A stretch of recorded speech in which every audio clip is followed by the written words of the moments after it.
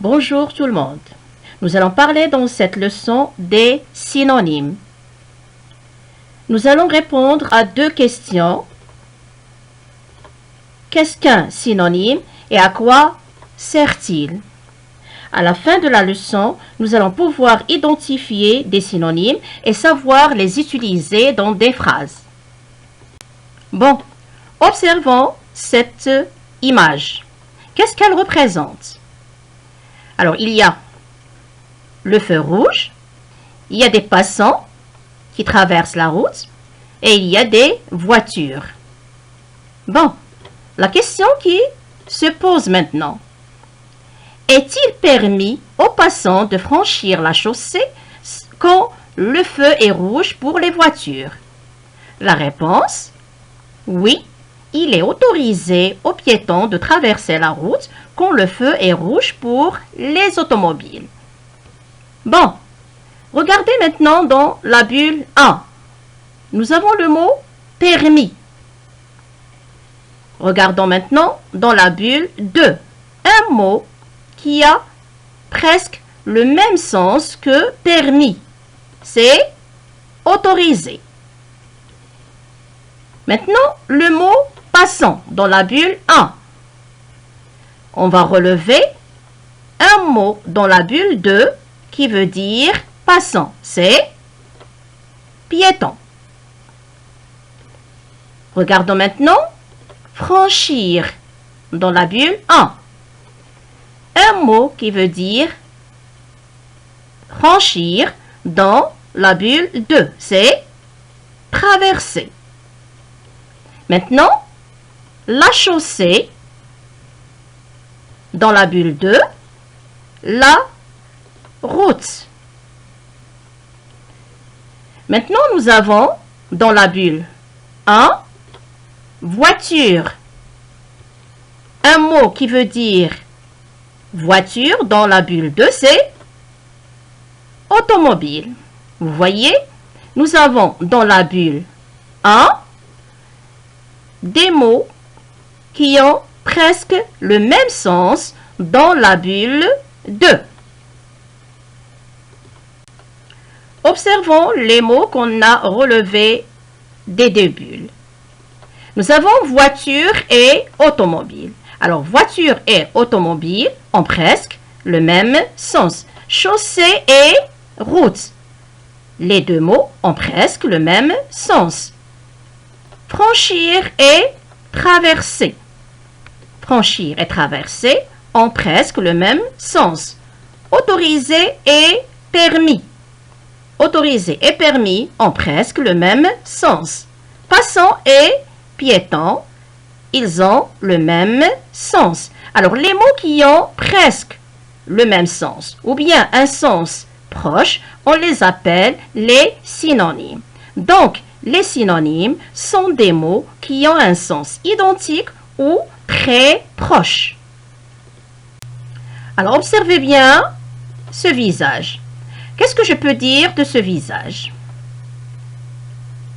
Alors, heureux, gai,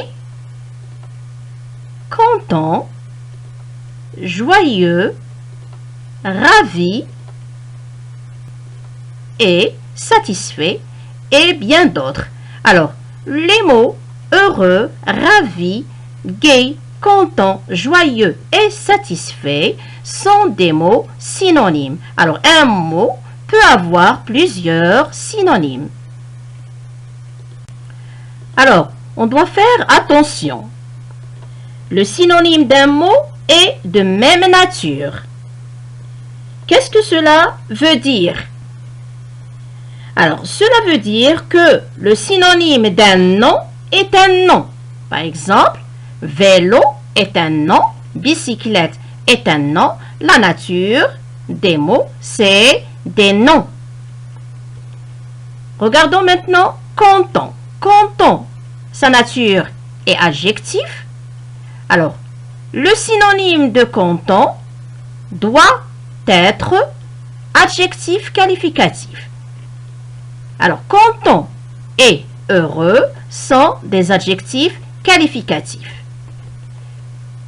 Dire est prononcer. Dire et prononcer sont des synonymes. Alors dire, c'est un verbe à l'infinitif, prononcer est à l'infinitif. Les deux sont des verbes à l'infinitif. Interdit et défendu. Interdit, son synonyme est défendu. Alors interdit, c'est un participe passé. Son synonyme est un participe passé. Les deux ont la même nature, participe passé. Attention, toujours, si par exemple nous avons un verbe conjugué au présent, son synonyme doit être un verbe conjugué au présent. Si le verbe par exemple est conjugué à l'imparfait, son synonyme est conjugué à l'imparfait. Je fais toujours la même nature et s'ils sont conjugués, je fais la même conjugaison. Prenons maintenant doucement, c'est un adverbe. Lentement, c'est son synonyme, c'est un autre adverbe. Alors les deux sont de même nature, ce sont des adverbes. Alors je dois retenir que les synonymes sont toujours de même nature. Alors on peut faire une autre remarque, c'est que lorsque dans une phrase on remplace un mot par son synonyme, la phrase ne change pas de sens. Prenons l'exemple de bateau. La tempête a renversé le bateau. Je peux dire la tempête a renversé le navire. Je peux dire aussi la tempête a renversé le voilier. Je peux encore dire la tempête a renversé la barque. Alors bateau, navire, voilier et barque sont des synonymes. Alors navire, c'est un grand bateau. Voilier, c'est un bateau qui utilise des voiles pour avancer. Et barque, c'est un bateau, c'est un petit bateau qui utilise des rames. Prenons un autre exemple. Ce plat est bon. Je peux dire ce plat est délicieux. Délicieux est très bon. Ce plat est succulent. Ici, succulent, délicieux, bon sont des synonymes. Maintenant, pourquoi utilise-t-on les synonymes? Premièrement, le synonyme peut apporter une meilleure précision ou bien pour exprimer des nuances. Prenons l'exemple suivant. Ce paysage est beau. Alors, je peux remplacer beau par magnifique ou bien par splendide ou bien par merveilleux. Alors, merveilleux a un sens plus fort que splendide et splendide a un sens plus fort que magnifique et magnifique a un sens plus fort que beau. Alors, les mots beau, magnifique, splendide et merveilleux sont des synonymes, mais ils sont de plus en plus forts. Deuxièmement, le synonyme sert à adapter son langage. Ça veut dire, on peut utiliser des synonymes pour adapter son langage. Prenons l'exemple. Nous avons dégusté un bon repas. Alors, je peux remplacer déguster par manger. Alors, déguster, c'est un mot dans le langage soutenu. Manger est un mot dans le langage courant. Alors, manger, je ne peux pas le remplacer par bouffer. Bouffer, c'est un mot du langage familier. Troisièmement, on peut utiliser les synonymes pour éviter les répétitions.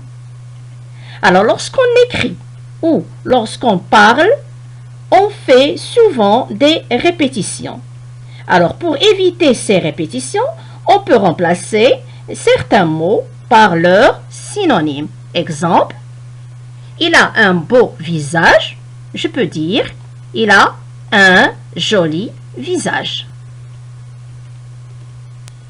Je dois faire attention car les synonymes d'un mot peuvent être différents selon le contexte.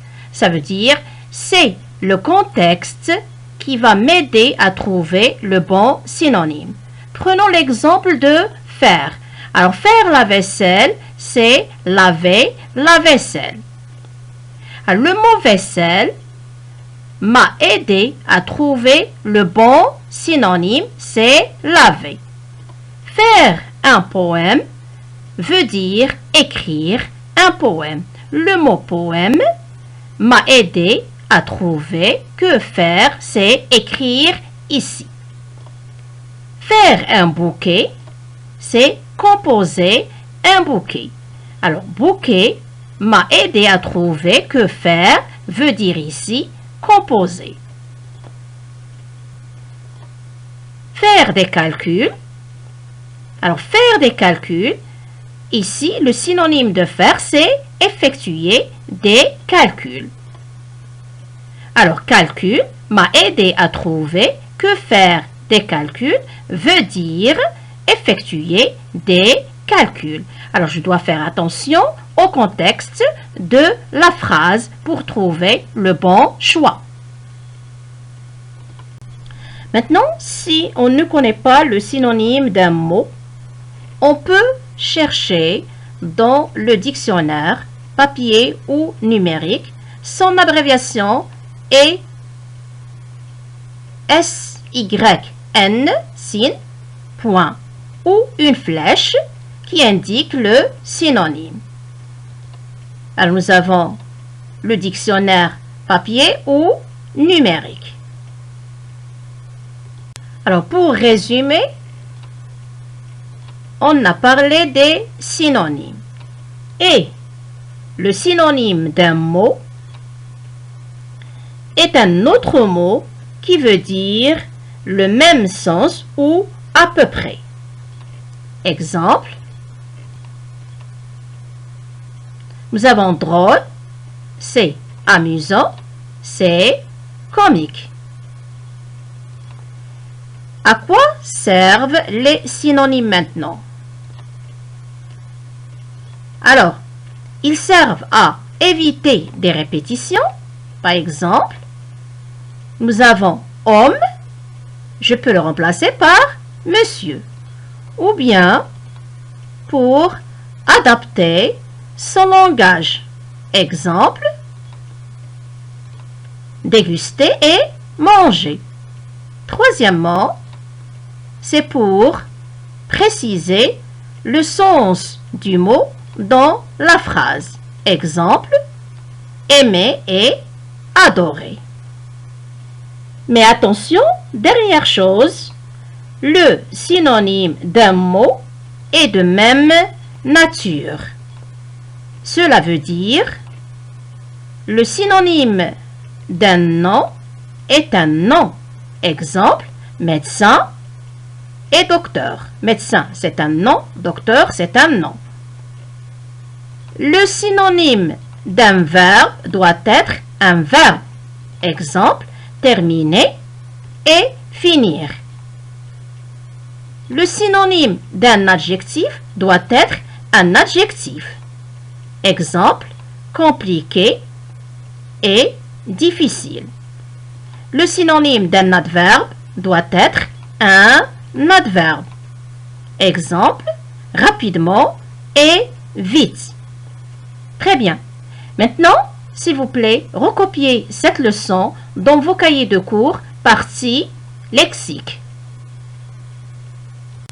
Passons maintenant aux exercices d'entraînement.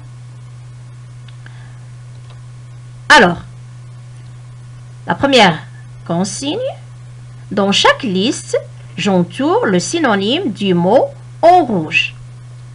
Alors, la première liste, regarder. Alors, regarder, et nous avons entendre, regard, observer, garderie. Quel est le mot qui a à peu près le même sens? Alors, c'est observer. Deuxième liste, malfaiteur. Nous avons bienfaiteur, défaire, policier et bandit.